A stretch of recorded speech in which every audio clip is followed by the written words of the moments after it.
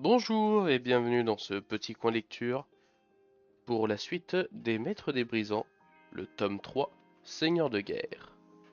Nous reprenons chapitre 11, Pauvre mort.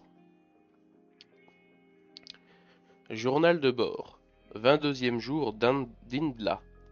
Je suis jeune, mais depuis que je suis stagiaire, j'ai eu mon comptant de spectaculaire. Pourtant, là dehors, c'est la scène la plus étonnante que j'ai vue. Les navires émergent des chemins blancs à chaque instant par dizaines et se rangent côte à côte ou l'un derrière l'autre, la proue vers le Ponant, des navires en provenance de toutes les planètes de Drasil, arborant la licorne de l'Empire ou l'oiseau rouge du Khanat, unis par la proximité du danger. Certains bâtiments ne sont que des coques de noix, d'autres des yachts luxueux. Il y a des vaisseaux de transport de bestiaux ou des péniches à minerais, reconvertis à la hâte. Des prototypes sortis précipitamment de leur chantier de construction et des épaves tirées de la casse où elles rouillaient depuis longtemps. C'est un effort de guerre total qu'ont réclamé le Khan et les généraux comtes, dans leur appel pressant à la mobilisation. Eh bien, ils ont été entendus. Il faut dire aussi que la destruction de Nismal a démontré de façon claire que les envahisseurs n'étaient pas des petits plaisantins. Pauvres morts, leur sacrifice involontaire n'aura cependant pas été vain.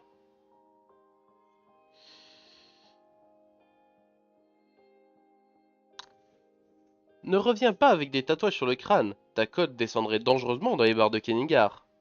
Marc et Xavier se serrèrent la main, puis, impulsivement, tombèrent dans les bras l'un de l'autre pour une accolade maladroite. Prends soin de toi, vieux, répondit le zone stratège d'une voix émue avant de rejoindre Xandrine dans l'exochaloupe qui allait les conduire au vaisseau du Khan.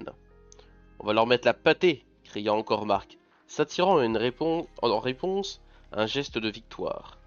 Ouais, on va leur botter les fesses, dit-il à voix basse pour lui-même. Suite du journal de bord. Voilà, seul encore, au milieu des lumières qui palpitent dans le poste de pilotage. Xav et Xandrine sont en route vers le Sans-Pitié, le vaisseau du Khan. Raimor a été pris de la frénésie de contrôler personnellement les canons du rongeur d'os. Le capitaine est avec Alice. Quant à Morgane, pour ne rien changer à ses habitudes, elle s'est enfermée dans le temple. Alors moi, debout devant mon écritoire, il ne me reste plus qu'à contempler le spectacle irréel de ces vaisseaux accourus pour la bataille du millénaire. Tu as une sale tête. La voix de Vranken était inquiète. J'ai une technobombe dans le corps, je te rappelle, répondit Alice en levant les yeux au ciel, qui peut exploser n'importe quand et réduire ma vie en poussière. Alors j'ai le droit d'avoir une sale tête. Vranken ne savait pas quoi faire, déconcerté de voir la jeune femme, d'habitude si volontaire, dans un tel état de détresse. J'essayais d'être forte, continua-t-elle. Je croyais que l'approche de la bataille, la proximité du danger, allait détourner mes pensées de ce cauchemar. Je me suis trompé. Je n'arrête pas d'imaginer cette chose à l'intérieur de moi qui me transforme en morte en sursis. C'était moins monstrueux d'être en prison. Au moins, je voyais le jour derrière les barreaux. On trouvera un moyen, dit Vranken en s'asseyant à côté d'elle sur le bord de la couchette. Je parlerai au Khan, on t'enlèvera cette technobombe. Elle soupira.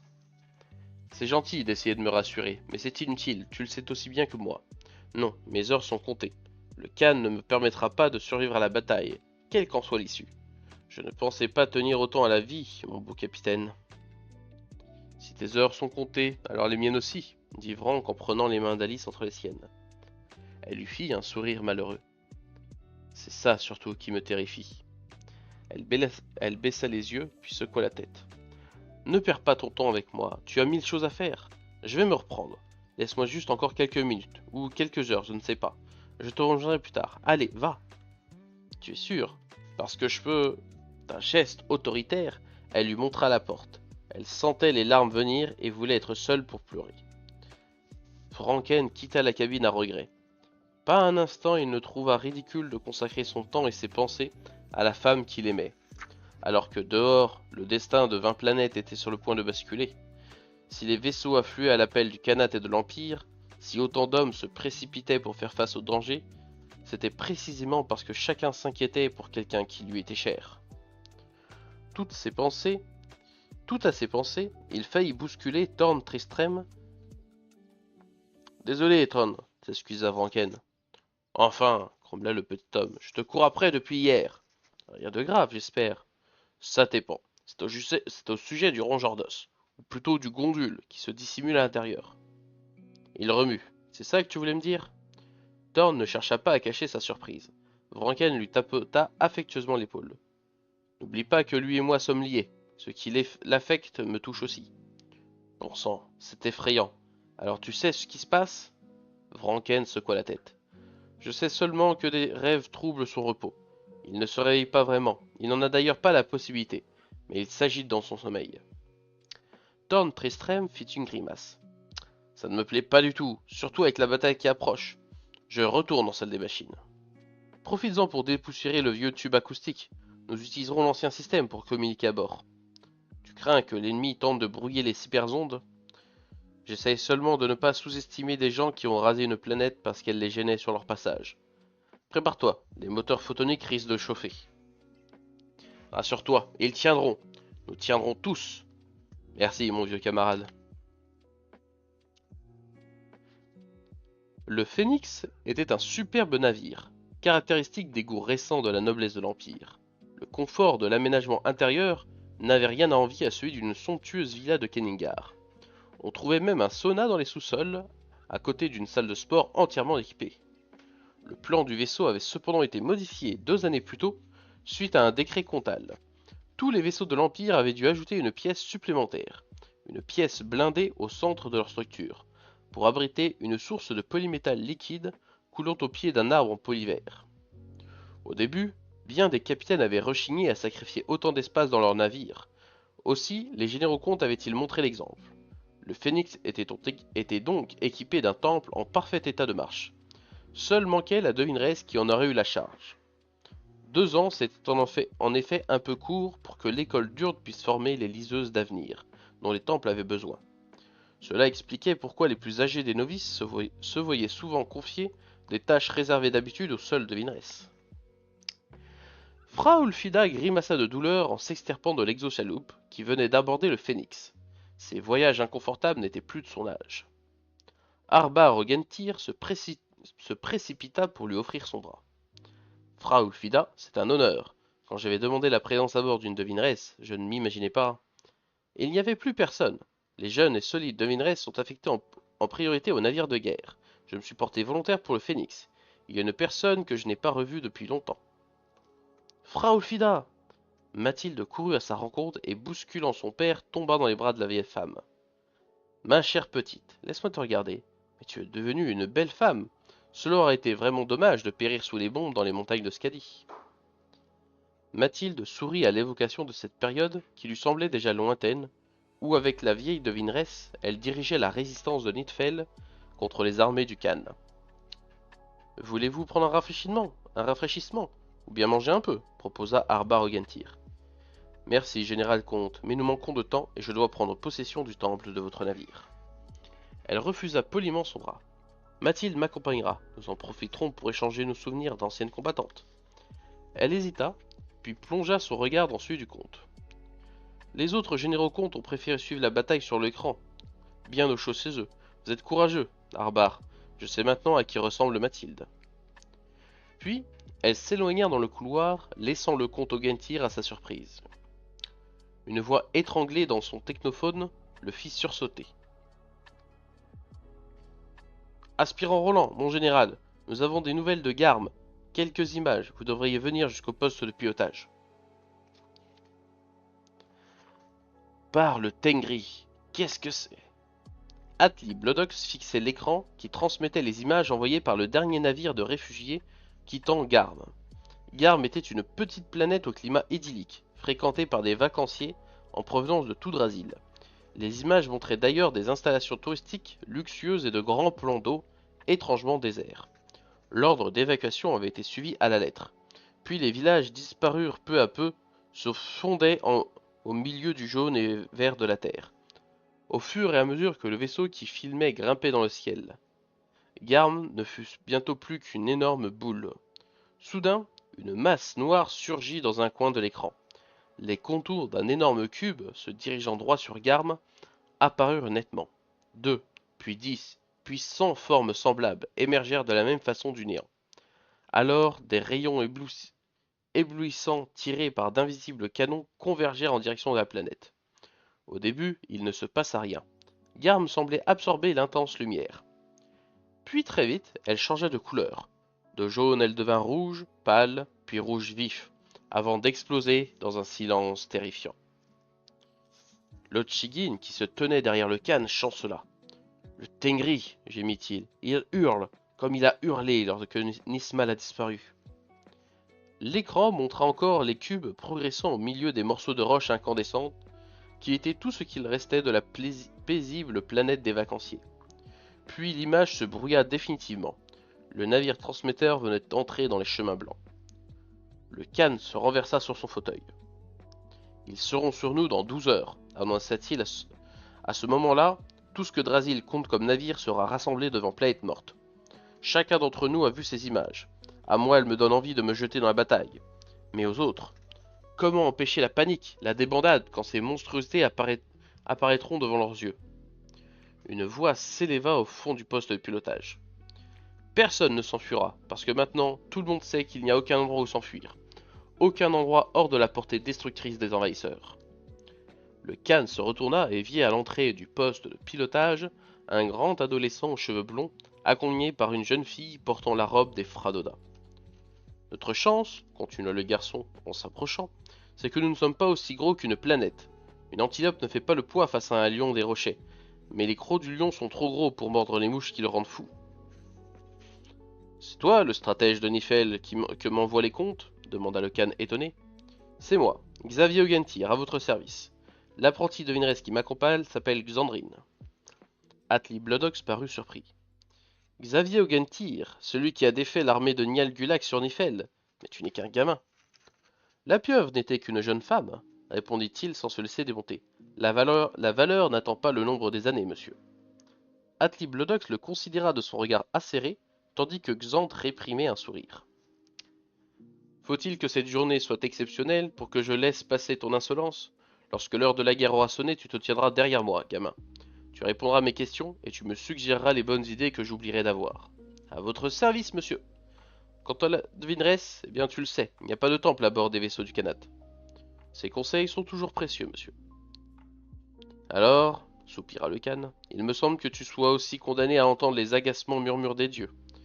Xant a sa place près de mon oreille. Ta devineresse sera derrière toi pendant la bataille.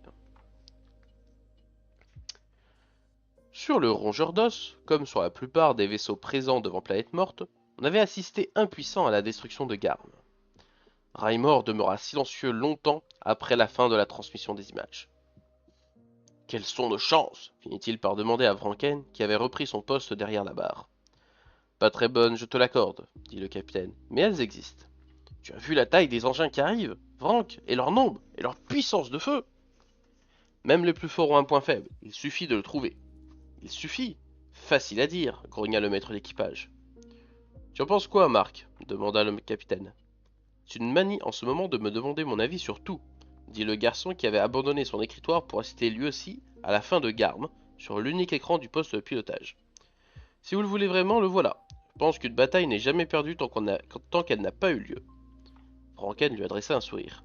« C'est vrai que tu as de nombreuses bagarres à ton actif. J'imagine que tu t'es souvent battu contre plus fort que toi, que malgré tout tu as parfois eu le dessus. » Marc acquiesça, en retournant derrière son écritoire. Au même moment, un signal retentit dans la pièce. Atli Bloodox allait s'adresser à la flotte tout entière. « Capitaine, guerriers, matelots, hommes et femmes libres de Drasil, qui avaient décidé de venir au rendez-vous de Planète Morte. Je sais qu'ils sont nombreux, ici, ceux qui ont souhaité ardemment ma mort. Que le grand serpent te dévore et te vomisse à l'autre bout de l'univers, » murmura Roland, qui ne pardonnerait jamais au Khan la mort du colonel Briggs Varbranx, qu'il avait aimé comme son propre père. « Ils sont encore plus nombreux, ceux que j'aurais eu plaisir à tuer de mes propres mains. Mais ce temps n'est plus. Les haines d'hier ont perdu leur sens. Les 21 planètes de Drasil ne sont plus que 19. Un peuple déjà a été rayé des spatiocartes. Le danger est si grand, le péril si extrême, que personne ne peut affirmer que le soleil se lèvera demain. C'est encourageant, souffla Xavier avec Xandrine dans le coin du poste de pilotage, où le Khan les avait envoyés.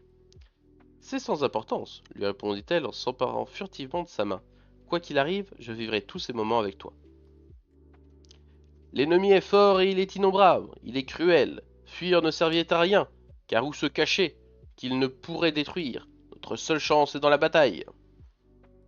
Ça, dit Marc à Bumpoche, qui était assis sur l'écritoire, c'est directement emprunté à mon grand-père. Il me disait toujours, il arrive un moment où il ne sert plus à rien de parler. Seuls comptent alors les actes, et ces actes parlent pour toi. Puis, il serra dans sa main le morceau d'étoffe que Sin lui avait donné avant son départ de Muspel, et qu'il conservait religieusement dans l'une de ses poches. Je donnerai mes consignes durant les prochaines heures, mais d'ores et déjà je vous l'annonce. Tout le monde se bat et personne ne se barre. Je détruirai de mes propres canons le lâche qui cherchera à quitter le champ de bataille. Il n'y a pas à dire, commenta Vranken amusé. Bloodox a raté une carrière de diplomate. Pour une fois, je suis avec le Khan à 100%, dit Raimor. Méfie-toi, tu vas finir par devenir un vrai muspelien. Les jeux sont truqués, la balance est faussée, les puissances et le Tengri eux-mêmes sont contrariés par l'inégalité du rapport de force. Peut-être nous apporteront-ils leur aide. Après avoir vu ce que j'ai vu sur l'écran, je me demande si l'aide des puissances suffira, murmura Fraulfida pour elle-même. Qu'est-ce que vous dites demanda gentiment Mathilde. Rien, ma fille, mais s'il y a quelqu'un que tu aimes à bord, je te conseille de passer avec lui les quelques heures qui nous séparent de ces monstres. Après, tu reviendras m'aider dans le temple. Mais je n'ai rien à voir avec l'ordre. Je sais. Seulement je me fais vieille et j'ai besoin de quelqu'un sur qui m'appuyer. Je peux compter sur toi? Est-ce que je vous ai déjà déçu? Dit Mathilde en relevant le menton. Alors à tout à l'heure, jeune fille. Je vais mettre à profit le temps qu'il reste pour établir la communication avec les frères Fradoda présents dans les navires alentours. Mais c'est surtout par notre vaillance que nous bousculerons le destin qui avance vers nous en vêtements de deuil. Des vêtements de deuil, répéta Morgane d'une voix forte qui rebondit contre les parois métalliques du temple. Mélantos porte des vêtements de deuil. Le deuil de qui? Le deuil de quoi? Pourquoi ne veut-il jamais répondre à mes questions? Elle empoigna fébrilement son collier de verre, mais ne quitta pas le plancher du rongeur d'os. Elle avait oublié que le garçon de l'échiquier n'en faisait qu'à sa tête. Chapitre 12. Dans l'herbe de ta joie. Les voilà, murmura Atli Bloodox en plissant ses yeux comme il avait l'habitude de le faire quand il chassait le fur, un dangereux félin de Muspel. Sauf que les prédateurs du jour s'annonçaient autrement plus féroces. Un premier cube avait surgi du néant à quelques encablures de la flotte rassemblée devant Plate Morte. Un cube, quelque chose d'autre. Il était difficile de le définir. Il faisait 10 fois la taille du Sans-Pitié, le vaisseau amiral du Khan, pourtant parmi les plus gros de la flotte. Sa forme évoquait en effet un cube, aux parois inégales, hérissé d'antennes, de tubes et de protubérances. Cependant, davantage que sa taille ou ses contours, c'était la matière dont il était fait. L'étrange vaisseau qui provoquait un malaise. C'était la matière dont était fait l'étrange vaisseau qui provoquait un malaise. Ce n'était ni du métal, ni du polyplastique, encore moins du polyvert et pas non plus une matière organique. C'était autre chose, d'indéfinissable, qui semblait par moments se fondre dans la structure même de l'espace. Un deuxième mégacube jaillit des ténèbres, puis un troisième et un quatrième. En quelques minutes, 1000 bâtiments semblables les rejoignirent. Le Khan se racla la gorge. Les Drasiliens alignaient plus de 3000 navires, qui semblaient bien dérisoires au regard de l'armada qui leur faisait face. Ils se sont arrêtés, souffla Xavier, fasciné lui aussi par le spectacle de ces noirs vaisseaux. En effet, les mégacubes avaient cessé leur progression. Ils flottaient à quelques milles de Planète Morte, énormes et silencieux. Ils attendent quelque chose, dit Atli Bloodox. Un premier pas de notre part, une prise de contact peut-être, suggéra Xanth. Le Khan donna immédiatement des ordres aux radiotechniciens. Des messages seraient envoyés par tous les moyens et dans toutes les langues possibles aux mystérieux envahisseurs pour les inviter à des pourparlers. Puis, il se pencha vers Xavier. Comment tu analyses la situation, gamin? Xavier se concentra avant de répondre. Ça ne colle pas. Le comportement des mégacubes n'est pas cohérent. Pourquoi ne continuent-ils pas leur route? Planète Morte est à leur portée. La détruire nous mettrait à genoux. C'est peut-être nous qui faisons hésiter, ironisa le Khan. Le sans-pitié a toujours provoqué ce genre de réaction. Avec tout mon respect, répondit Xavier impassible, On ne rase pas deux planètes des spatiocartes pour reculer devant quelques vaisseaux. Le Khan eut un grand sourire. C'est exactement ce que je pense. Une donnée fondamentale nous échappe encore. Celle qui expliquerait le long voyage de cette armada? Dit Xandrine dans un murmure. Exact, gamine. Je crois qu'en attendant, je vais aller affûter mon sabre. Quelque chose me dit que cette explication ne tardera pas. Tu veux que je te dise, Vranck? Quoi donc, mon vieux Raimor? Je trouve l'immobilité de ces saletés de cubes encore plus terrifiante qu'une canonnade en règle.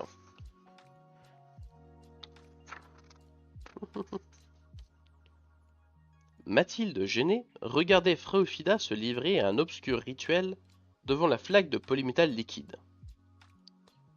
La source, mon enfant, la source, l'avait reprise plusieurs fois la vieille devineresse, qui clapotait entre les racines de l'arbre artificiel. Ce temple est tout neuf, lui avait-elle expliqué. Il doit être consacré. Ça n'ajoute pas grand-chose à son efficacité, mais c'est la tradition. Et puis si ça ne fait pas de bien, ça ne fait en tout cas pas de mal. Mathilde avait souri devant la sagesse de Fréophida, qui savait garder du recul au sujet des mystères dont elle était la servante. Prendre les choses importantes avec sérieux, mais ne pas se prendre soi-même trop au sérieux. Ça lui plaisait. Ce qui lui plaisait moins, c'était ce rituel qu'elle trouvait ridicule et qui commençait à l'effrayer. Une force se dégageait des mots indistincts et des gestes incompréhensibles de la vieille femme. Un frisson la saisit et ne la quitta pas jusqu'à ce que Fréophida ait terminé. Bien, la source est maintenant opérationnelle. Ça va, ma fille? Tu es toute pâle. Mathilde protesta qu'elle n'avait jamais été plus en forme. Si tu le dis, marmonna la devineresse. Bien, j'aimerais que tu restes juste derrière moi pendant que je plongerai dans la source. Vous allez entrer dedans? Mais non, gourde, mon regard, mes pensées, mon esprit, c'est tout. Et c'est déjà énorme, crois-moi. Qu'est-ce que je devrais faire? Me retenir si je bascule, répondit-elle en s'asseyant en tailleur. Je suis très fatiguée ces derniers temps. Je commence à me faire vieille. Mathilde hésita à la contredire, à lui mentir comme on ment aux vieux en leur répétant qu'ils sont encore fringants, et qu'ils ont l'air de jeunes gens. La jeunesse était-elle vraiment la valeur suprême? À voir agir Fréophida avec une science et une précision acquises au cours d'une vie entière, on avait le droit d'en douter. Je ne vais pas perturber la source en restant à vos côtés. Rassure-toi, la source ne saura même pas que tu existes. Ça ne la rassura pas. Elle se sentit au contraire vexée. Puis elle jeta un coup d'œil à Fréophida. La devineresse était immobile, le regard fixé sur le polymétal liquide. Son corps était toujours là, détendu, heureux dans l'herbe artificielle. Mais son esprit était ailleurs. Dans ta joie, la source, songea Mathilde avec un mélange de regret et d'envie, en regardant le visage serein de la vieille femme. Le Khan tapa du poing sur le tableau de commande. Cette attente est grotesque. Chaque heure qui passe est loin d'être un sursis. Elle accroît au contraire notre nervosité. C'est donc ça que fait l'ennemi, jouer avec nos nerfs? Qu'y a-t-il de pire que l'incertitude? Les mégacubes n'avaient pas bougé. Ils n'avaient pas réagi non plus aux diverses tentatives de contact. Des messages, par contre, parvenaient régulièrement aux sans-pitié, envoyés par des capitaines venant aux nouvelles. Oui, songea Alexandrine, terrible incertitude. Elle observa Xavier qui profitait de l'inaction pour se familiariser avec les instruments de bord. En voilà un que ça ne dérange pas, constata-t-elle, amère. Mais à en croire Mathilde, c'est une faculté typiquement masculine que de s'accommoder des non-dits. Un autre coup sur l'acier de la table la fit sursauter. Je suis généralissime, je dois apporter des réponses aux hommes qui dépendent de moi, annonça Atli Blodox, en tendant la main vers le microphone relié au vaisseau de la flotte. Avis au capitaine, j'aurai besoin d'une centaine de volontaires intrépides, guerriers ou matelots, pour une opération délicate que je dirigerai moi-même. Je leur donne rendez-vous dans 1 heure sur le pont du Sans-Pitié. Se tourna vers Xavier qui regardait sans comprendre. Tu tiendras la baraque, gamin. Moi, je vais aller voir sur place à qui nous avons affaire. Une ambassade en quelque sorte. Plutôt culotté, dit simplement Vranken après avoir entendu l'annonce du Khan. Tu ne penses pas que cet idiot va mettre le feu aux poudres? S'inquiéta Raimor. Tu rigoles, c'est sa spécialité. Mais il a raison, l'inaction est dangereuse pour le moral des troupes. Cette diversion est la bienvenue. Un tout sautement, les filles se retournaient tous les deux. Je me demandais, commença Marc, ils auront sans doute besoin d'un chroniqueur pour rendre compte de cette expédition. Tu penses te porter volontaire? S'étonna Raimor. Hors de question. Avec le CAD, même une promenade de santé se transforme en catastrophe humanitaire. J'insiste, dit tranquillement Marc en regardant le maître d'équipage droit dans les yeux. Tu... Quoi? Quelle audace! Laisse, Raymore, intervient Vorken. Marc n'est plus un enfant. Qu'il y aille s'il veut y aller. Les jeunes hommes ont besoin d'action, c'est dans leur nature. Ils sont astreints à cela, n'est-ce pas? Champion, termina-t-il avec un clin d'œil à destination du garçon. Marc ouvrit la bouche stupéfait. Le capitaine avait lu le journal de bord?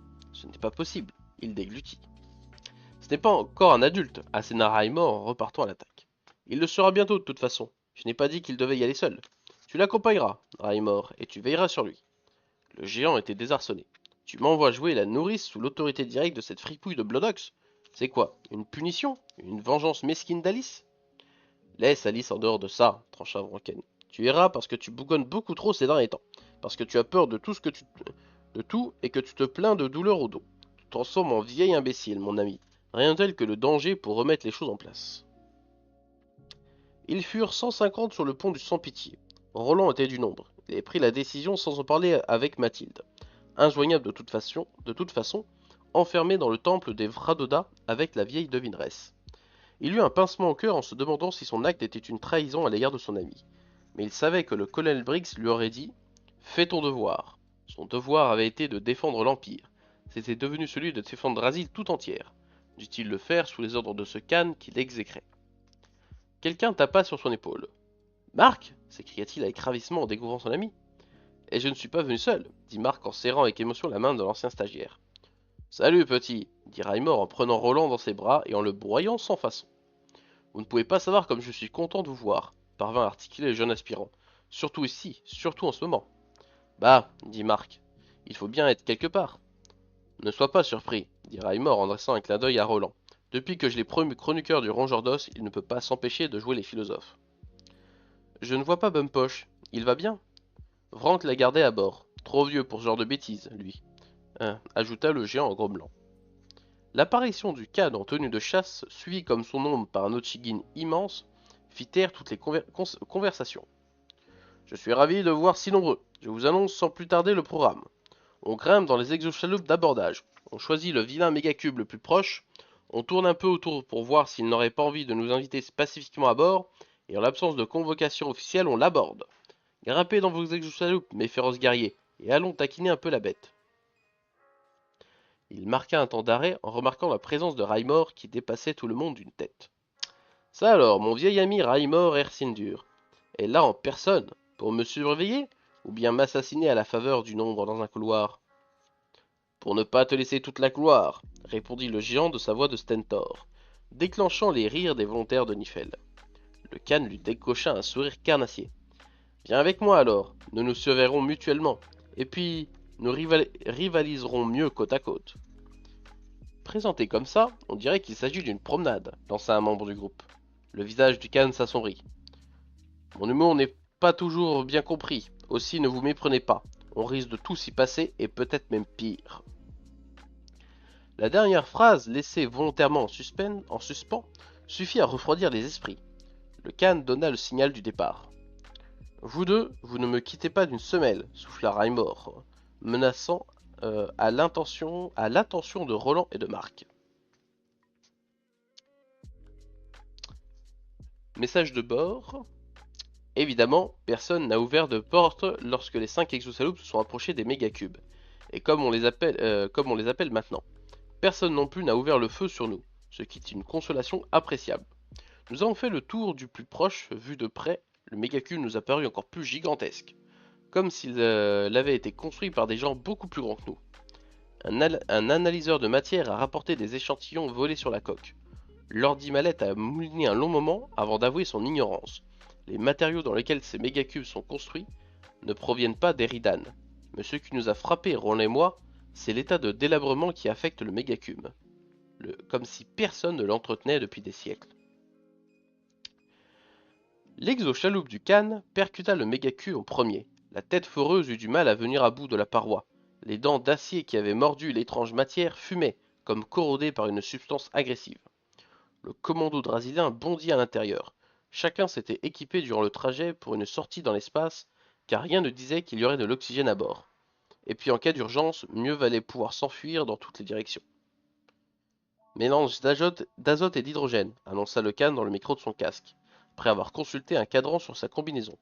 Je vous déconseille fortement de respirer autre chose que l'air de vos bouteilles. Burk, fit Roland qui avait marché sur un amas de matière noire.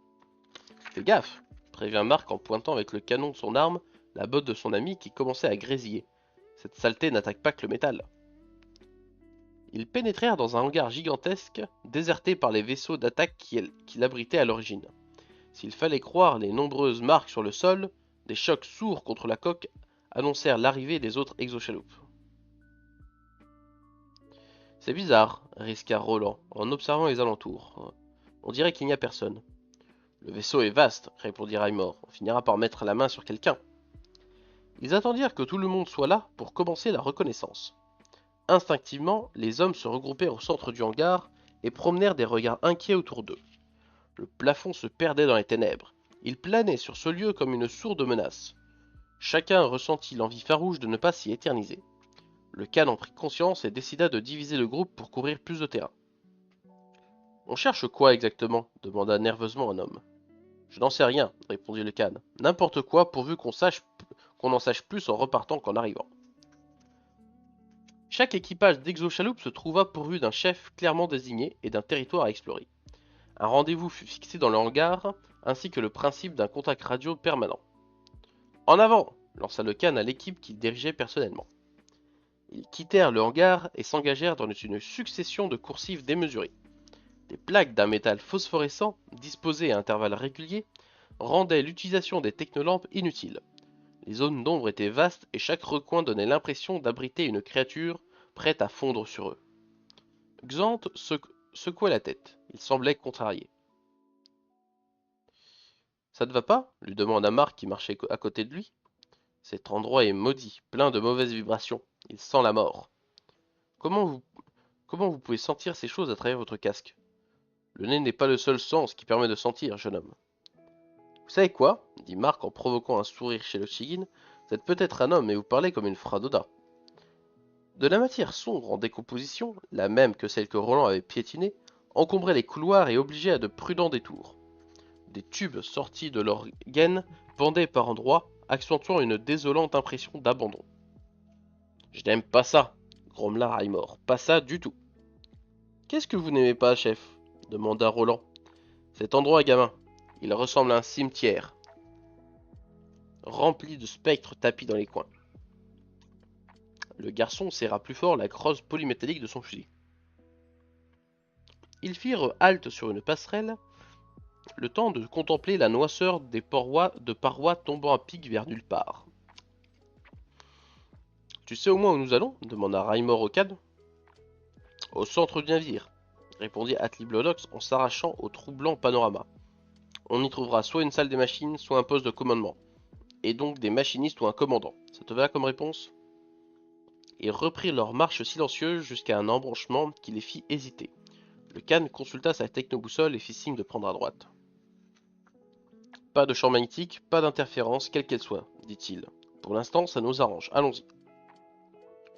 L'atmosphère se troubla légèrement, comme si un fantôme avait traversé le couloir juste devant eux.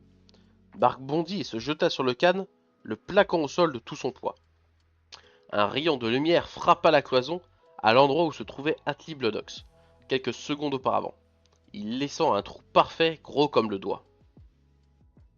La plaque sous votre pied a déclenché le tir, ajouta Marc que le Khan avait commencé à étrangler. Ils se relevèrent, aidés par les autres. Un piège, confirma Xant après un coup d'œil sur le mécanisme. Un déclenchement automatique. Heureusement qu'il était défectueux et que le garçon a de bons réflexes. Je suis désolé, gamin, s'excusa le Khan. J'ai cru que tu en avais brusquement après moi. En fait, je te dois la vie. Je regardais par terre à ce moment-là, répondit modestement Marc. Un crépitement se fit entendre dans les casques. Les autres groupes avaient entendu le vacarme et venaient aux nouvelles. Xant leur relata la mésaventure et réitéra ses conseils de prudence. Ils ont mis la main sur quelque chose demanda le Khan. Ils ont été confrontés à des pièges eux aussi? Xant secoua la tête. Alors, conclut Atiblodox, ça prouve que nous sommes sur le bon chemin. Ils désamorcèrent encore deux pièces semblables avant de déboucher dans une salle à peine moins vaste que le hangar qu'ils avaient quitté quelques heures plus tôt. Ils firent quelques pas, leurs armes en position de défense. Autour d'eux, sur des consoles disproportionnées, des symboles inconnus clignotaient, voilés par une épaisse couche de poussière. Par les griffes d'un fur en rut, dit simplement le Khan avant de tomber en arrêt devant un siège grand comme une yourte. Un siège encore occupé par quelque chose. Raimor recula sous l'effet de la surprise et faillit trébucher. Dans le fauteuil gigantesque gisait le cadavre momifié d'un être humanoïde qui faisait 3 fois la taille du maître d'équipage. Sacré bon sang, murmura-t-il. Et il y en a d'autres, s'exclama Roland, qui courait d'un bout à l'autre de ce qui avait été un poste de pilotage. Tous morts, et depuis longtemps. Chapitre 13. Toi qui fis ces hommes. Des cadavres, Rank, des fichus cadavres. Ils faisaient 3 fois ma taille, et sacrément charpentés en plus. Le capitaine du rongeur d'os écoutait avec attention le récit de Raimor. Le commando était revenu de son expédition avec plus de questions que de réponses. Il n'y avait aucun être vivant à l'intérieur du mégacube, seulement des cadavres de géants momifiés qui avaient impressionné le maître d'équipage. Quelques pièges mal réglés, souvenirs d'un système de sécurité désormais inutile, avaient été déclenchés par les hommes, mais n'avaient heureusement fait aucune victime. Une armada entière pilotée par des morts, venus des confins de l'univers, pour une raison inconnue, récapitula Raimor. On nage en pleine folie. Une armada qui a détruit 2 planètes, compléta Vranken. Non pas pour faire la guerre, mais simplement parce qu'elles étaient sur sa route. En tout cas, reprit Raimor, si quelque chose ne change pas, c'est bien Marc. Le gamin s'est jeté sur le Khan pour lui sauver la vie. Après un capitaine, un généralissime. Tu progresses, gamin. Marc haussa les épaules, mais eut du mal à contenir sa fierté. En plus, cette fois, j'ai évité de morfer à sa place. C'était dans cette même pièce où il se trouvait que 2 années auparavant, le jeune stagiaire qu'il était avait intercepté avec sa poitrine la cybertueuse que braille Zibdag, que les puissances lui crachent au visage, destinée au capitaine. Vranken adressa un bref salut de la tête à son sauveur. On a pu déterminer l'origine des mégacubes et de leurs occupants. Raimor secoua la tête. Non, Vrank. Nos bases de données couvrent la galaxie seulement. Ces oeuvres-là viennent de plus loin.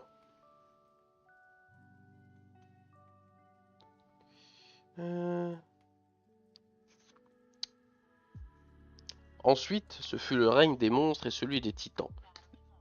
Les brisants étaient le domaine des terrifiants gondoles, comme les océans de Nifel sont aujourd'hui le repère des requins noirs aux dents acérées. Les planètes abritent des trolls, des elfes et d'innombrables esprits. Quant aux étoiles, elles nourrissent dans leurs ombres le grand serpent stellaire, comme l'univers était jeune alors.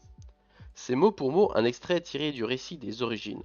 Notre professeur au collège des Tisserands nous avait expliqué que les trolls en question étaient peut-être les géants qui peuplaient autrefois les planètes. Et ça n'a fait tilt chez personne. D'un autre côté, je me vois mal dire au capitaine « Vrank, si c'était des trolls qui revenaient chez eux !» Bah, de toute façon, il finira bien par savoir ce que je pense puisque le capitaine est, semble-t-il, mon unique lecteur. Extrait du journal de bord. Bref. Un signal d'alarme résonna soudain dans le poste de pilotage. Il se passe quelque chose de grave, annonça Vranken. Atli Blodox avait lui-même actionné le tocsin après avoir perçu une grande agitation du côté des mégacubes. Intrigué, il avait pointé sur la perturbation les instruments d'observation du sans-pitié. La vérité lui était apparue comme un coup en pleine figure. Les mégacubes étaient toujours immobiles, mais quelque chose d'autre approchait. Des dizaines et des dizaines d'autres choses. Que les habitants de Drasil connaissaient bien et dont l'évocation seule réveillait des peurs d'enfants. Gondule hurla le Khan dans le micro. Général, préparez-vous à l'attaque. Les gondoles étaient à l'espace ce que les grands requins noirs étaient aux océans de Nifel, et les furs au désert de Muspel. Des prédateurs absolus, se nourrissant de poussière d'étoiles et d'énergie photonique. Les gondoles avalaient également les distances et les broyaient dans leurs mâchoires. C'étaient eux que les ancêtres des marins de Nifel avaient su dompter et greffer aux crèves brisants, comme le rongeur d'os, eux qui leur avaient offert la domination de Drasil 1000 ans plus tôt. Un temps révolu. Il arrivait que les gondoles, placides d'ordinaire, entrent dans une rage terrible. Malheur alors aux vaisseaux croisant leur route. Or, la horde de gondoles qui fondait en ce moment même sur la coalition semblait dans un état de grande excitation. Les vaisseaux de la flotte restèrent un moment sans réaction. C'était la stupéfaction générale. Les gondoles avaient déserté les brisants depuis des siècles. Puis, très vite, retrouvant des habitudes ancestrales, les navires se regroupèrent pour former d'efficaces noyaux défensifs sur le modèle des hérissons. Sacré bon sang, Vran, tu vois ce que je vois? C'est magnifique, répondit Vranken qui s'était approché de la baie pour mieux apprécier le balai gracieux des monstres fondant sur les navires brésiliens. Magnifique. Interdit un court instant, Raimor secoua le capitaine. Il faut rejoindre l'un des hérissons, sinon on ne tiendra pas 2 minutes face aux bêtes. Elles ont l'air déchaînées. Vranken leva la main et un sourire indéchiffrable illumina son visage. Inutile, les gondoles ne nous feront rien. Les hommes d'équipage avaient rejoint en hâte la salle de commandement, fascinés par le spectacle à la fois superbe et terrifiant. Ils se serraient les uns contre les autres à la façon dont les vaisseaux dehors se tenaient côte à côte pour faire face. Les sons assourdissants du tocsin avaient également arraché Alice de sa cabine. La jeune femme avait les yeux rouges, mais personne ne le remarqua. Elle courut vers Vranken et lui prit la main, la serrant de toutes ses forces. Il y eut un cri de terreur. Un gondule s'était approché sans bruit et collait à présent contre la vitre son œil jaune. L'éclat était insoutenable. Seul Vranken ne pâlit pas. Seul Vranken ne détourna pas le regard. L'animal resta un moment sans bouger. Sa corne, qui lui servait à se guider dans l'immensité des brisants, frémit. Puis il poussa un feulement muet qui fit vibrer le cockpit. Il s'arracha au vaisseau, tournant un instant autour, sembla même le renifler. Au lâche soulagement des marins, il partit enfin rejoindre ses congénères qu'il malmenait la flotte brésilienne. Par la corne du par les puissances, rugit Raimor, exprimant ce qu'ils pensaient tous en ce moment. Je n'ai jamais eu aussi peur de toute ma vie. Parce que tu oublies une chose, mon ami, dit Vranken, qui n'avait jamais perdu son calme. Le rongeur d'os n'est pas seulement un navire, c'est aussi un gondule. Endormi certes, mais toujours un gondule. Je comprends mieux les signes d'agitation qu'il manifestait depuis quelques jours. Le rongeur d'os savait que les gondoles approchaient. Et eux, fit tristement Alice en désignant les vaisseaux qui, alentour, se faisaient déborder par les monstres. Vranken secoua la tête. Rien ne peut venir à bout d'un gondule en colère. Tous ceux qui furent capturés dans le passé le furent par la ruse, pendant leur sommeil. Les obus d'acier ricochaient contre le cuir des bêtes, qui felaient de douleur avant de revenir à la charge. Au moins, ricana le Khan, les boulets polymétalliques ne sont pas plus efficaces. De nombreux vaisseaux, proches du sans-pitié, avaient été mis en pièces, mordus et secoués par les gondoles, ou bien défoncés par une charge irrésistible. La coordination de la défense s'était révélée impossible. Les gondoles généraient un champ magnétique puissant qui empêchait toute communication. On en a eu un, annonça triomphalement Xavier. Il saigne, il se traîne hors du champ de bataille. Il en reste combien? Je dirais 150. Tu es bon en calcul, gamin? Je me défends. Alors dis-moi, si on compte un gondule hors de combat pour 200 navires détruits, combien faut-il de navires pour obtenir la victoire? 30 000 au moins. Et nous sommes? Nous étions 3 000. Je crois donc, gamin, que l'issue de la bataille ne fait aucun doute. Il y avait une amertume clairement perceptible dans la voix du Khan. On ne s'y prend peut-être pas correctement, dit Xandrine. Que veux-tu dire? Demanda avec brusquerie Xanthe, qui enrageait au moins autant que le Khan face à leur impuissance. Morgan est entré une fois en communication avec un gondule dans les limbes, par l'intermédiaire de la source. Je sais que c'est Morgan et que Morgan est exceptionnel, mais peut-être ferait-il essayer de s'attaquer au gondule sur un autre plan. C'est dangereux en ce moment de se risquer dans le monde des limbes. Les plans dont tu parles sont perturbés, répondit le vieil Otsigin en secouant la tête. Les gondoles nous empêchent de communiquer, insista la jeune fille. Peut-être gênent-ils également la force perturbatrice. Eh bien, s'impatienta Athliblodox. Dit Xanthe, je vais essayer d'entrer en contact avec mes frères Otchigin. Si cela s'avère possible, alors nous irons dans les limbes. Tant qu'à s'y rendre, pourquoi ne pas combattre directement les mégacubes? Suggéra Xavier. Les cubes ne sont pas vivants, lui expliqua Alexandrine. Ils n'ont pas de reflet dans les plans mystiques. Les Fradoda ne peuvent pas t'aider, Xanthe demanda le Khan en désignant la jeune fille du menton. Elles n'ont pas accès aux limbes. Morgane pourrait, mais elle s'emploie à comprendre le dysfonctionnement des plans mystiques. C'est un travail important. Rien ne doit l'en détourner. Non. C'est à nous les Otchigin de faire de notre mieux. Alors vas-y, on est en train de se faire tailler en pièces, sans possibilité de riposter. Et ça commence sérieusement à m'énerver. Xand commença par s'isoler dans une cabine qu'il prit soin de fermer à clé. Ce serait sans doute son dernier combat, et il désirait le mener seul. Malgré lui, les souvenirs affluèrent comme si son cerveau avait compris que la fin était proche. Mais le temps pressait, et il ferma son esprit au passé. Il avait de toute manière consigné dans un livre que les Otshigin connaîtraient après sa mort, sous le titre de Livre de Xant, ses expériences les plus personnelles, afin qu'elles servent ses frères en magie. Le vieil homme murmura une prière. Toi qui fis ces hommes, ô Tengri, viens à leur secours et aide-moi. Puis il frappa le sol avec son bâton, faisant naître un feu de flammes froides sur le plancher métallique. Répétant des gestes faits et refaits des milliers de fois, il jeta dedans une poignée d'herbe et, respirant l'espèce fumée, leva les bras, invitant les flammes à le dévorer. Elles vinrent lécher ses pieds nus, tourbillonner sur son manteau usé, s'amuser le long de sa main. Puis elles s'élancèrent en direction des signes gravés sur le bâton et crépitèrent au plafond. Xant sentit alors une force qui tentait de l'empêcher d'accéder au limbe. Nous y voilà, dit-il à voix haute. Il banda sa volonté. Un Otshigin plus jeune se serait sans doute laissé subjuguer et aurait renoncé, mais pas lui. À force d'insistance, il sentit la présence toute proche d'une autre perturbation, étrangère à la première, moins puissante mais plus sauvage. Il devina qu'il s'agissait de l'aura mystique des Gondules. La jeune devineresse avait raison. Avec toute l'expérience de sa vie de sorcier, il parvint à prendre appui sur cette aura et, projetant violemment son vouloir, bouscula les barrières. Il était entré, il était dans les limbes. Par la brèche obtenue, il réussit à attirer jusqu'à lui l'esprit d'une dizaine d'Otshigin qui ne cachèrent pas leur surprise et leur ravissement. Il les éclaira en quelques mots sur la mission que le Khan lui avait confiée. Les Otshigin hochèrent gravement la tête. Ils se mirent en route, foulant de leurs pieds nus une plaine de roches roussies. La végétation était partie en flammes. Quelqu'un ou quelque chose avait tout brûlé. Xant suivait les vibrations particulières de la force qui l'avait aidé, malgré elle, à arriver jusqu'ici, remontant la piste des Gondules comme une fileuse de la laine de son écheveau. Il parvint bientôt au bord d'un précipice. En dessous s'étendait le vide, et dans le vide flottaient les formes nébuleuses des monstres qui au même moment décimaient les navires de la coalition. Xand prit une inspiration. N'oubliez pas que notre seul esprit arpente les limbes, dit-il aux 9 autres sorciers, juste avant de se pencher en avant et basculer dans le vide. Xand s'amusa à s'imaginer un oiseau rouge de Muspel.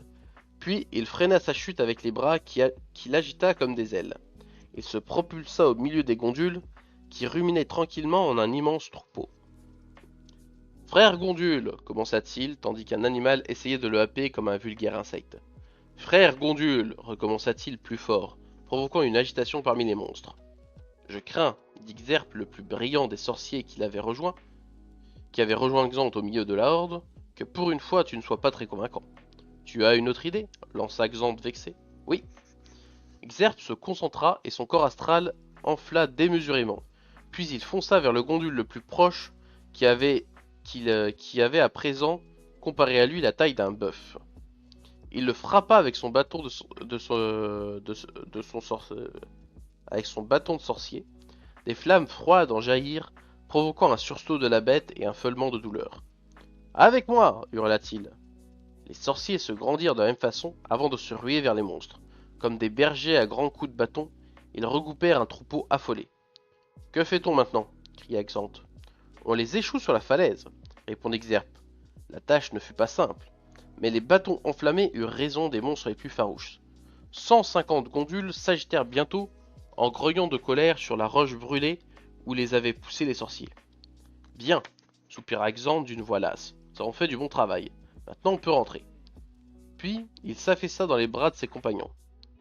Dans une cabine du sans-pitié, le corps en transe du vieux sorcier se tassa brutalement et s'effondra au sol comme une poupée de chiffon. Regardez, hurla Roland depuis la tourelle de tir qu'il occupait en première ligne sur le pont du Phénix. Arbar Ogentir, la mine défaite, épuisée par les efforts déployés depuis des heures derrière la barre de son navire pour échapper aux terribles prédateurs, regarda incrédule les gondules refluer, agités de soubresauts. La horde de bêtes furieuses, brusquement matée, cessa ses attaques et se regroupa furieusement avant de s'enfuir vers Planète Morte. Il y eut un long moment de silence, puis une fois les communications rétablies avec le départ des gondoles, une explosion de joie collective retentit dans les haut-parleurs de tous les vaisseaux. Morgan soupira en fermant les yeux. Les visions qui émergeaient de la source étaient plus chaotiques que jamais. Tant qu'elle resterait là comme une devineresse classique à essayer de comprendre le mal dans sa périphérie, elle n'arrivait à rien. Elle savait pourtant ce qu'il fallait faire pour que les choses bougent. Mais une expédition dans les limbes l'aurait éloignée de Mélentos, et, c'était une certitude, l'étrange garçon détenait une partie de l'énigme. Plus énervant, songea-t-elle, c'est de devoir attendre le bon vouloir de ce gosse. À peine sa pensée formulée, elle sentit le sol se dérober sous ses fesses. Elle rouvrit les yeux et se retrouva assise sur l'échiquier géant. Peut-être suffit-il de penser à lui pour qu'il pense à nous, se dit-elle ironiquement. Elle s'en voulut immédiatement de sa méchanceté. Le garçon semblait en effet bien malheureux. Cela n'avait rien de surprenant. La situation extérieure que Marc lui avait rapportée dans le tube acoustique n'était pas brillante. L'attaque des gondoles ressemblait même à une catastrophe. Autant de revers prompts à chagriner son protégé, qui prenait tant à cœur les infortunes de Drasil. Elle se leva et s'approcha de lui, prête à le prendre dans ses bras pour le consoler. « Tu n'as pas l'air heureux aujourd'hui. Pourquoi le serais-je » Il croisait et décroisait nerveusement les bras sur son costume noir. « Je ne comprends pas la réaction de mon armée, continua-t-il. Elle est censée me venir en aide, non? Or, elle reste là sans rien faire. Ce n'est pas facile pour elle, le raisonna Morgan. En plus, il y a ces gondoles. Il balaya l'argument d'un revers de la main. Des chiens de guerre, des amuse-gueules, rien de sérieux. Morgan fronça les sourcils. Mélentos prenait un peu trop à la légère les efforts des hommes qui avaient eu le courage de se dresser contre la menace venue de Rigel. La douleur l'égare, songea-t-elle avec compassion. Laisse-leur un peu de temps, dit-elle, ils font ce qu'ils peuvent. Le jeune garçon se calma un peu. Tu as raison, Morgan. Après tout, ce sont que des éclaireurs. Devineresse secoua la tête. Des éclaireurs? De quoi parlait-il? Soudain, Mélentos exulta. La voilà, elle arrive enfin! Mais qu'est-ce qui se passe? Explique-toi, je ne comprends pas. Bientôt, Morgan, je t'expliquerai bientôt. Mes souvenirs affluent. Je suis en train de redevenir moi-même. Il claqua des doigts. Mais en attendant, je veux que tu restes ici. Tu seras en sécurité. Ce sera bientôt l'enfer d'où tu viens. Il disparut aussitôt. Instinctivement, Morgan agrippa son collier de verre, mais l'échiquier ne s'évanouit pas comme les autres fois. Le garçon était parti, mais elle était toujours là, entre les murs du néant prisonnière. Chapitre 14. Il est un dieu qui rit. Journal de bord. 23e jour d'Indla. On a découvert, après avoir défoncé la porte de la cabine, le corps de Xanthe gisant sur le plancher métallique. Le vieil homme était mort d'une mort paisible, satisfaite, qui avait laissé un sourire sur son visage patiné par les années. Atli Blodox a, paraît-il, accueilli la nouvelle en serrant la mâchoire, ce qui chez lui est le signe d'une grande émotion. La victoire sur les gondoles avait un prix. Le meilleur des Otchigins s'en était allé rejoindre tous les sorciers qui l'avaient précédé dans les bleues prairies du Tengri. C'était un brave, a dit le Khan dans le micro global qu'il avait branché pour s'adresser au vaisseau de la coalition. Son dévouement et son courage figurent pour l'éternité dans les mémoires. Plus tard, si plus tard il y avait, le corps de l'Oshigin serait brûlé dans le désert des Muspel et son corps rendu aux éléments. Puis on a fait le compte des pertes. Sur les 3000 navires que le Khan et les Généraux-Comtes ont regroupés, 400 sont partis en fumée sur les coups furieux des gondoles. Sans l'intervention des Otchigin, toute la flotte y serait passée. Je crois que si le Khan voulait faire un grand coup de pub pour Muspel, il ne pouvait pas mieux réussir. Les hommes ne jurent plus que par les sorciers à présent. J'espère que les Fradoda auront l'occasion de revenir à la marque. Vranken de Xintrailles avait réuni une cellule de crise dans le poste de pilotage. Raimor et Thorn Tristrem étaient présents, Alice également.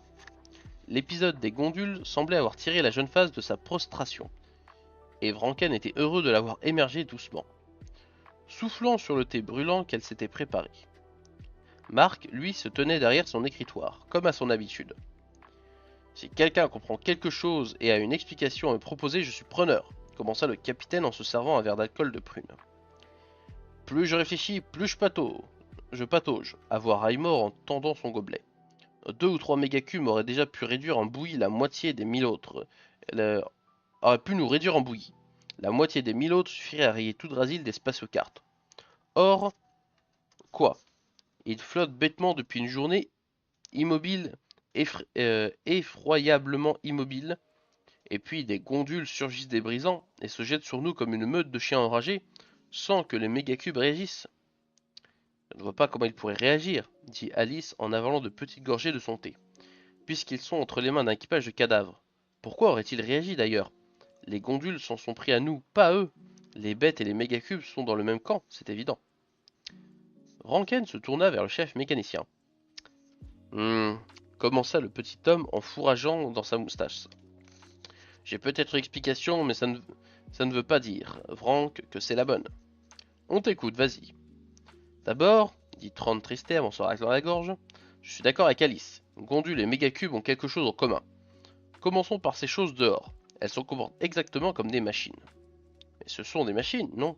Tais-toi, Raimor. Continue, Thorn. Des machines qu'on aurait programmées.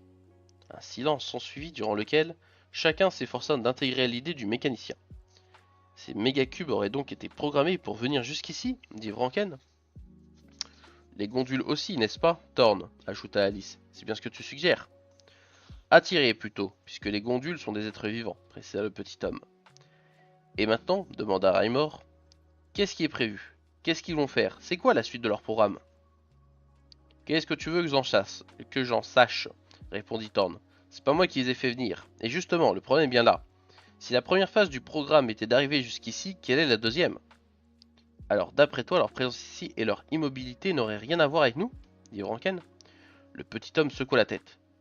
Comme je le disais, les gondoles sont des êtres vivants. Ils ont été appelés ou envoyés par quelque chose, ou quelqu'un qui n'était pas là pour les recevoir. Livrés à eux-mêmes, ils ont agi sous le coup de l'excitation, comme des bêtes fauves, et nous ont attaqués. De la même manière, personne n'était là pour accueillir l'armada après son long voyage. Les mégacubes attendent des ordres, et visiblement, ceux-ci tardent à arriver. Arbar Regentir avait fait monter de la soute une caisse de vin de Fermal afin de fêter avec ses hommes l'issue heureuse de la première bataille. Il tapa fièrement sur l'épaule de Roland, qui avait révélé lors de l'engagement la même bravoure que 2 années plus tôt contre les guerriers du Khan dans les entrailles de Planète Morte. Ma femme ne vous aime pas, je ne vous apprends rien, dit-il au garçon en appuyant sa confidence d'un clin d'œil. Mais moi je vous apprécie. Avec Mathilde, nous sommes à 2 contre 1. Roland remercia sincèrement le général comte pour sa confiance et bredouilla quelques mots au sujet de son courage, pas si extraordinaire que ça. Mais en réalité, s'il se lançait à corps perdu dans l'action sans en chercher bénéfice, il aimait lire ensuite la fierté et la reconnaissance dans le regard de son entourage. Arbar Ogentir lui rappelait par moments Bringsvorbranx et son affection presque paternelle.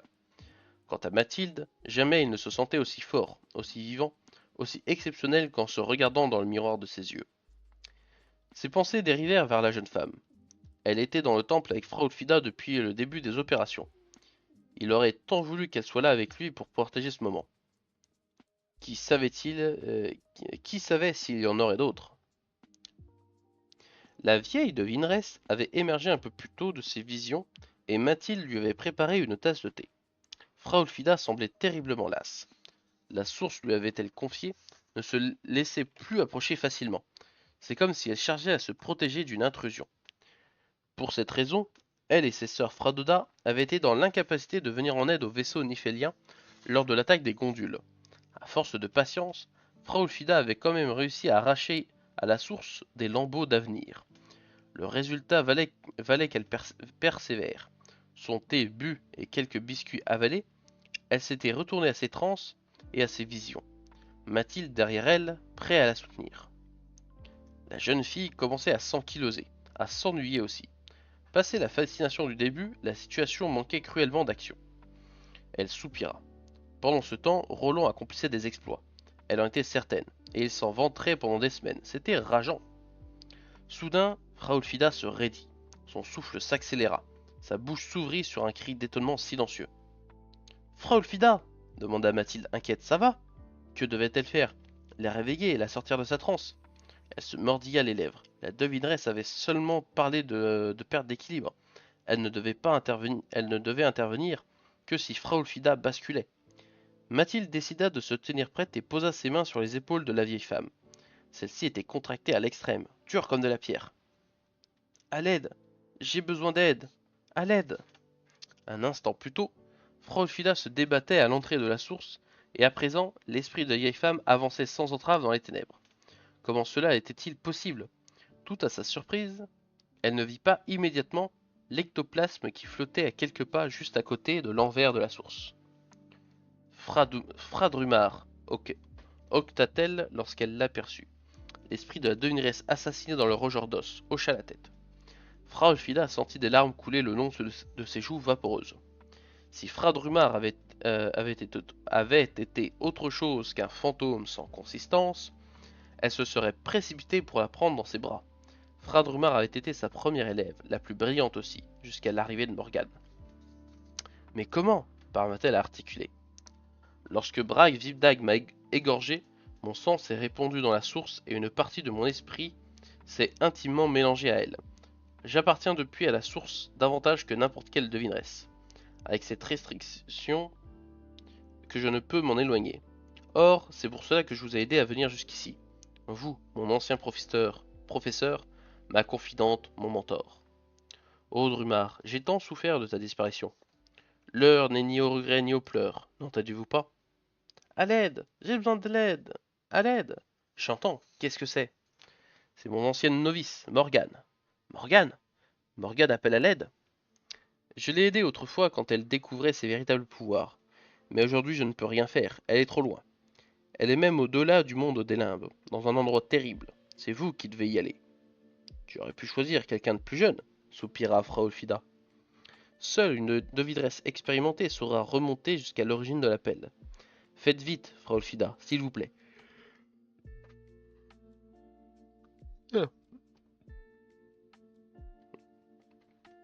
Morgane est comme ma fille, Drumar, je ne l'abandonnerai pas. Mais nous reverrons-nous? Plutôt sans doute que nous le voudrions, dit-elle avec des accents de tristesse dans la voix. Allez, partez maintenant. La silhouette de l'ancienne devineresse s'estompa, et Fraulefieda se retrouva seule. À l'aide, j'ai besoin d'aide, à l'aide. Oui, oui, marmonna-t-elle machinalement. J'arrive. Se servant de la voix qui l'appelait comme d'un fil, elle se glissa au milieu d'un nulle part où elle n'était jamais allée. Les visions venaient aux devineresses, jamais l'inverse. La vieille femme se sentait grisée, comme elle ne l'avait plus été depuis longtemps. Fraulefieda força l'allure. Beaucoup plus tard, alors qu'elle se demandait si elle n'allait pas rebrousser chemin avant d'épuiser totalement ses forces, elle distinguait quelque chose qui avait été posé sur le néant. Cette chose avait pris la forme d'un plateau de jeu d'échecs. Mais il n'appartenait pas au néant, il avait été inséré de force. Celui qui avait fait ça était terriblement puissant. Elle s'approcha avec précaution et vit une forme prostrée sur l'une des cases de l'échiquier. Une forme humaine, vêtue d'une robe grise. Morgane! Cria-t-elle parce qu'il lui semblait que le néant étouffait les sons. Une jeune fille remua et se redressa, cherchant fébrilement autour d'elle l'origine du cri. Fraulefieda! Je suis là, ma fille, tu n'es plus seule. Morgane tordait ses mains en proie à une angoisse extrême. Le soulagement se lisait malgré tout sur son visage. Vous êtes venu. Oh, merci. J'appelle depuis si longtemps. Qu'est-ce que tu fais là? Où se trouve-t-on? Nous sommes quelque part au-delà des limbes, dans le néant. Un individu du nom de Mélanthos m'a fait venir ici. Ce serait trop long de vous expliquer, mais il me garde prisonnière. Il faut m'aider. Fraulefieda regarda ses vieilles mains usées. Comment est-ce que je peux te sortir d'ici, ma pauvre enfant?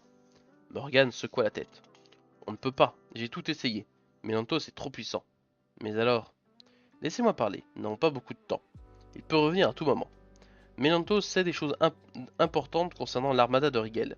Il se confie à moi, il faut absolument que ces informations parviennent à nos amis. Mais comment? Vous pourriez jouer les messagères? Impossible. Un autre voyage comme celui-là aura raison de moi.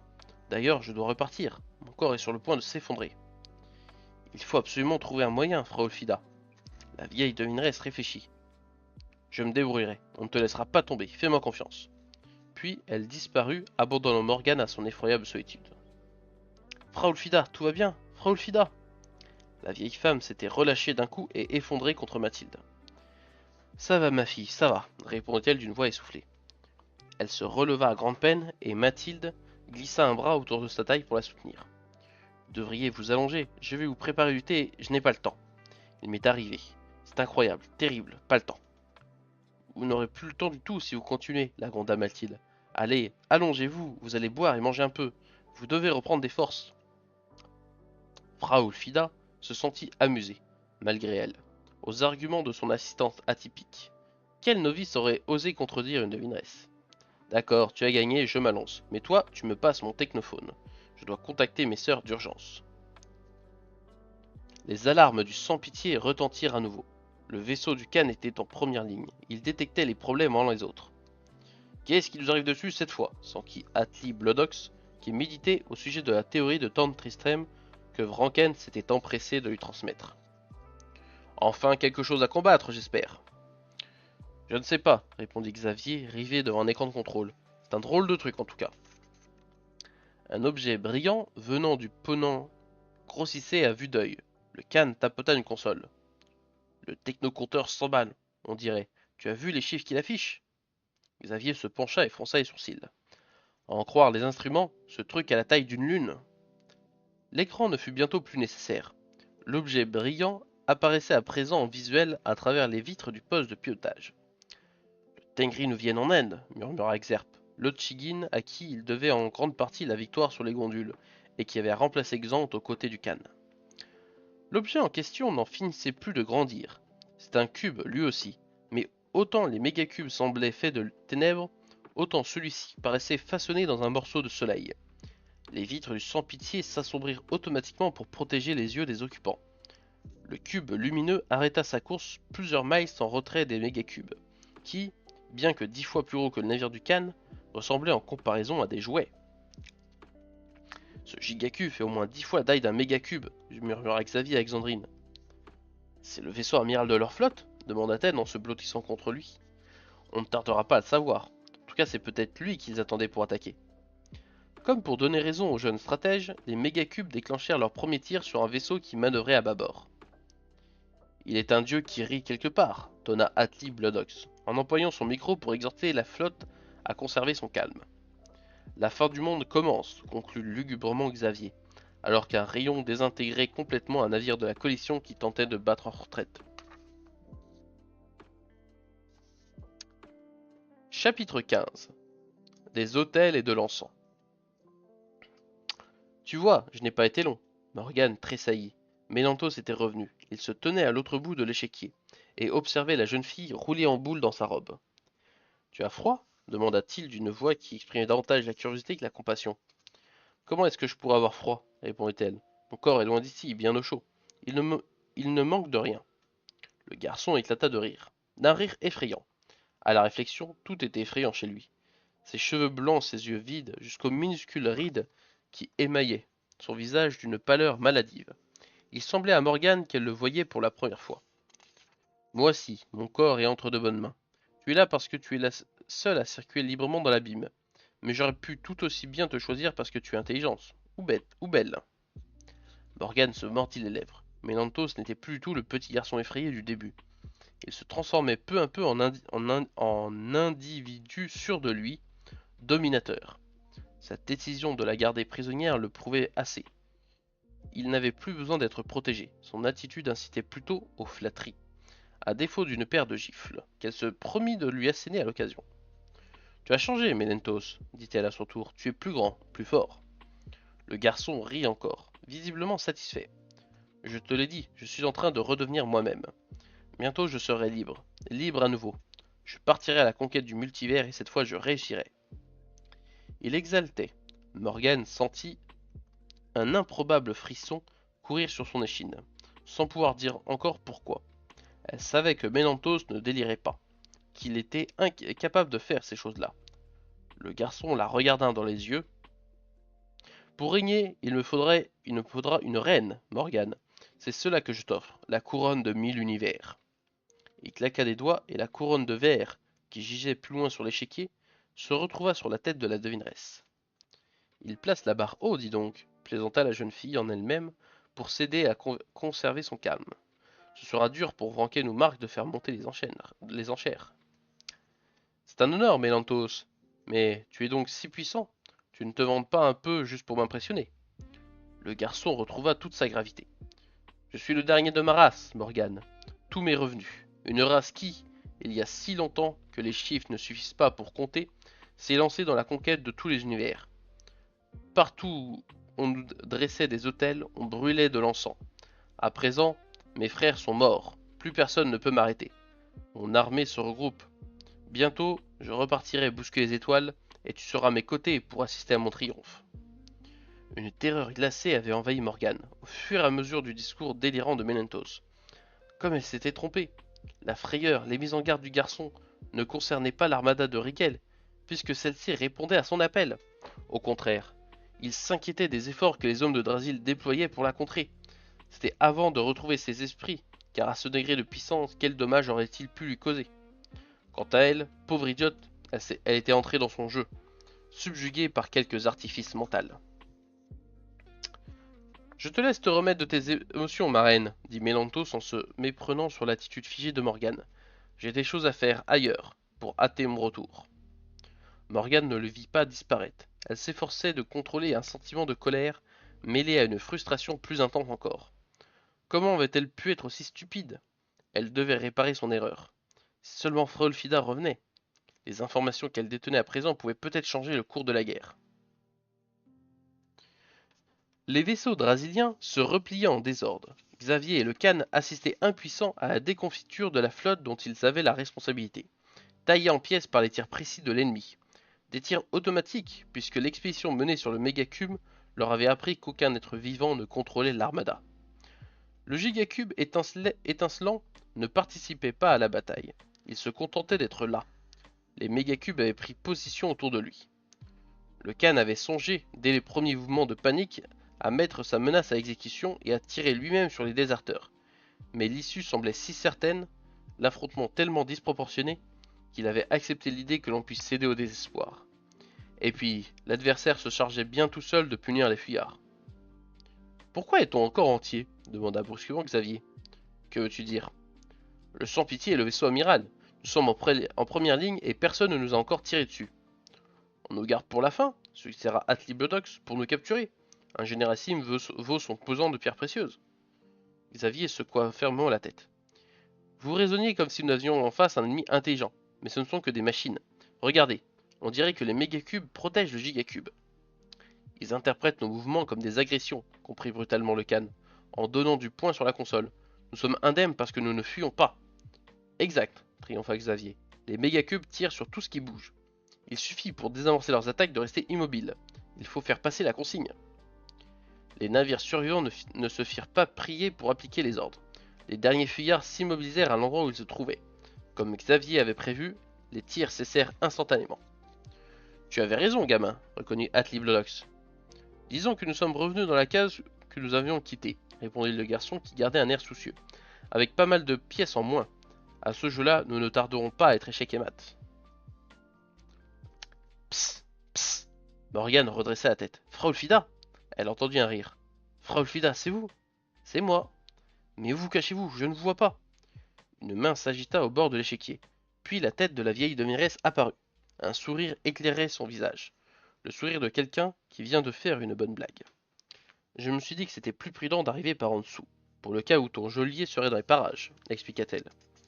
Morgane s'approcha de la vieille femme. J'ai appris quelque chose d'important. L'armée qui affronte nos vaisseaux devant Planète Morte appartient à Mélentos, celui qui me retient prisonnière ici. Il guerroyait dans les parages de Drasil il y a très longtemps, avant d'être stoppé pour des raisons que j'ignore. Je ne sais pas non plus pourquoi, mais il s'est mis en tête de repartir avec cette armée à la conquête de l'univers. Il peut y arriver, il est fort, très fort, et il veut que je sois sa reine. Frau Fida l'avait écouté sans l'interrompre. On progresse, confirma-t-elle en occultant la dernière point qui paraissait troubler son ancien élève. Qu'est-ce que tu as appris d'autre qui pourrait nous servir? Morgane reprit son souffle. Miento c'est comme nous, ce n'est pas lui qui est ici, mais son esprit. Son corps est quelque part ailleurs. J'ai beaucoup réfléchi et je pense qu'il n'a pas quitté notre système solaire. L'armada est venue jusqu'à lui, je veux dire, son vrai lui. Bravo ma fille, un corps c'est moins effrayant qu'un esprit, pour des guerriers en tout cas. Je vais tout de suite transmettre cette information. Faites vite, Frolfida, je vous en prie, je n'ai pas du tout envie d'être la reine de ce malade. La vieille devineresse lâcha les séquelles et se laissa couler comme si elle quittait un radeau au milieu de la mer. Morgane se sentit soulagée. Bientôt les hommes de Drasil sauraient et pourraient enfin agir. Elle sursauta en voyant Frolfida réapparaître. Qu'est-ce que vous faites? Vous n'avez pas à avertir nos amis? Calme-toi, Morgane, le message est en route. Comment ça? Je ne suis pas revenu seul. 100 de nos sœurs ont réussi à passer le barrage de la source. Nous nous sommes répartis tout au long de l'épuisante route qui mène jusqu'à toi, des plus âgés aux plus jeunes. L'information circule en ce moment même, transmise à la façon d'un relais à toute allure. Chaque messagère récupérera ensuite des forces pour le chemin du retour. Morgane hocha la tête admirative. Si je comprends bien, vous êtes revenu pour me dire au revoir? Non, Morgane, je ne repars pas. Mais je me suis épuisé en aidant mes sœurs à franchir le seuil de la source, puis en venant jusqu'à toi. Je n'ai plus assez d'énergie pour faire le trajet inverse. Morgane avait des larmes dans les yeux. Vous êtes sacrifiée pour moi. Allons, ma fille, je ne suis pas encore morte. Ça ne te fait pas plaisir d'avoir de la compagnie? Je vous aime, frère Olfida. Moi aussi, ma fille, moi aussi, répondit la vieille femme d'une voix étranglée par l'émotion. Vranck, c'est pour toi, dit Raimor en lui tendant un technophone. Une Fradoda. Vranken prit l'appareil, intrigué. Une voix fatiguée s'adressa à lui. Vranken de Xintrailles, j'ai des informations importantes à vous communiquer de la part de Morgane. De surprise, il faillit lâcher le combiné. Morgane, mais elle est ici, dans son temple. Il suffit d'utiliser le tube acoustique pour... Morgane est bien plus loin que vous ne l'imaginez, ne coupa la devineresse. La joie nous a demandé beaucoup d'efforts et des sacrifices. Vous êtes prêt à m'écouter? Un instant, demanda Vranken en connectant le technophone à un haut-parleur. Quelqu'un ou quelque chose du nom de Mélanthos est à l'origine de l'intrusion des cubes dans le système de Drasil. Ce Mélanthos compte les utiliser pour mener une guerre de conquête à l'échelle de l'univers. Son double astral tient l'esprit de Morgane prisonnier sur un autre plan. Il semblerait que le corps de Mélanthos soit quelque part chez nous, et que ce soit lui qui a attiré les cubes. Nous ne pouvons pas agir sur le plan mystique, car Mélanthos est extrêmement puissant. Notre seule chance serait de s'attaquer à lui physiquement, avant qu'il retrouve toutes ses forces. C'est tout, capitaine de Xintrailles. Merci madame, dit Vranken. Une dernière chose, est-ce que Morgane va bien? Aussi bien que l'on peut aller quand on se trouve où elle se trouve, répondit laconiquement la devineresse avant de mettre un terme à l'échange. Raimor et Thorn échangèrent des regards alarmés. Les choses allaient vite. Hop. Trop vite, et prenaient des directions déconcertantes. Essayons de garder la tête froide, commença Vranken. Qu'avons-nous appris? Nous savons maintenant pourquoi les mégacubes sont là. Pourquoi ils restent inactifs, dit Thorn. Mélanthos les a appelés, mais il ne s'est pas manifesté. Peut-être qu'il ne sait pas que ces hommes sont morts, grogna Raimor. En tout cas, moi ça ne me viendrait pas à l'idée de compter sur des cadavres pour mener une guerre. Bien, continua Vranken. D'après les informations de Morgane, ce Mélanthos existe surtout en tant qu'esprit. Pour une raison ou une autre, son corps est affaibli, bloqué quelque part, et c'est pour cette raison qu'il ne s'est pas encore montré. Précision utile, ajouta Thorn. Toujours d'après Morgane, Mélanthos est en train de remédier à ce problème. Il est donc urgent de lui régler son compte. Raimor soupira bruyamment. La question est, où se cache cette ordure? Marc leva la main pour demander la parole. Il s'était tu jusqu'à présent, trop inquiet par le sort de Morgane pour penser à autre chose. Cela faisait un moment, en effet, qu'elle ne répondait plus à ses appels dans le tube acoustique. Mais cela arrivait souvent quand elle lisait dans la source. Il n'avait pas imaginé une seconde qu'elle pouvait être en difficulté. Comment pouvait-il lui venir en aide à présent? Il n'y avait qu'une solution. Celle de se battre ici avec leurs propres armes, et donc de mettre la main sur Mélanthos. Moi je sais, lâcha-t-il. Les trois autres le dévisagèrent avec impatience. Il se cache sur Planète Morte. Impossible, répondit Thorn en secouant la tête. Planète Morte est occupée depuis des siècles, et nos hommes n'y ont jamais trouvé personne. Ils n'ont pas cherché au bon endroit, reprit Marc, que l'on sentait sûr de lui. Qu'est-ce qui te fait penser ça, mon garçon? Lui demanda Vranken en braquant sur lui un regard pénétrant. Les mégacubes ont ravagé Nismal et Garm, mais laissent Planète Morte intacte. Mieux que ça, c'est ici, devant Planète Morte, que les cubes se sont arrêtés. Bon sang, tu as raison, reconnut Vranken. Ton raisonnement est parfaitement logique. Où sont allés se réfugier les gondoles chassés par les sorciers, comme des chiens effrayés cherchant la protection de leur maître? Mais Nanto, c'est sur Planète Morte, c'est la seule explication. Qu'est-ce qu'on attend? Rugit Raimor. Il faut fouiller ce tas de cailloux et débusquer ce monstre. Alice, silencieuse jusque-là, quitta la baie d'où elle contemplait les brisants et s'approcha du petit groupe. Tu oublies deux détails, vieil ours. D'abord, les méga cubes tirent sur tout ce qui bouge. Tu te rappelles? Si le rongeur d'os n'avait pas protesté quand tu as essayé de lancer le navire à l'assaut des cubes, nous ne serions plus qu'un tas de cendres. Le géant grommela quelque chose en haussant les épaules. Tu évoquais deux détails, dit Vranken, heureux de constater qu'Alice avait déjà repris des couleurs. Les gondoles, capitaine de mon cœur. Comme tu le rappelais, ils rôdent autour de bêtes mortes. Ça m'étonnerait qu'ils nous laissent approcher. Pour le premier problème, répondit-il, j'ai peut-être la solution, mais il faut d'abord que je contacte Bloodox. Pour le second, j'ai encore besoin d'y réfléchir. Verse-moi un verre de prune, Raimor, s'il te plaît. Fin du chapitre 15 et fin de cette session. Hop. Je vous remercie à vous tous qui avez écouté ceci, que ce soit en live ou dans la rediffusion. Je vous souhaite à tous de passer d'agréables moments et je vous remercie de m'avoir écouté. Si vous avez des commentaires à faire, si vous avez des propositions à lire, si vous voulez simplement me faire profiter de vos avis sur la situation, je serai très heureux de lire vos commentaires. En attendant, je vous souhaite une bonne journée ou soirée selon le moment et je vous dis à la prochaine pour un prochain coin lecture. Au revoir.